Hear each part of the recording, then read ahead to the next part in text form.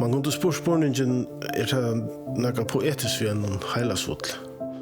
Det snurrar sig om en man och en kone och boken är en freja fra hvordan ni med kommer jökna tillvärna vid en sjugar kone och hvordan han regnar att komma punta natten att hon är dig.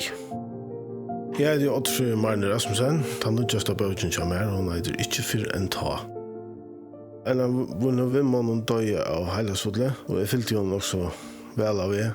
Faktiskt alla vägen så jag har varit inne i sån här fyra alltså så och kanske att det är sån förlust stäng fyra ett problem med några små blir lite chatta ha till en grumsöva men jag var inte ens jag finns jag när det alltså inte patetiska men här är synd det skämt ju i isen hur så som personer rör att fjärna så själva väck från alla problem och sånt vi har dräckat dem så halt man bruk för att fortälja såna såna som är fra Geransløn og nutøyen samtidig bøkmenter. Så det skjedde jo året samfunnet som vi lever.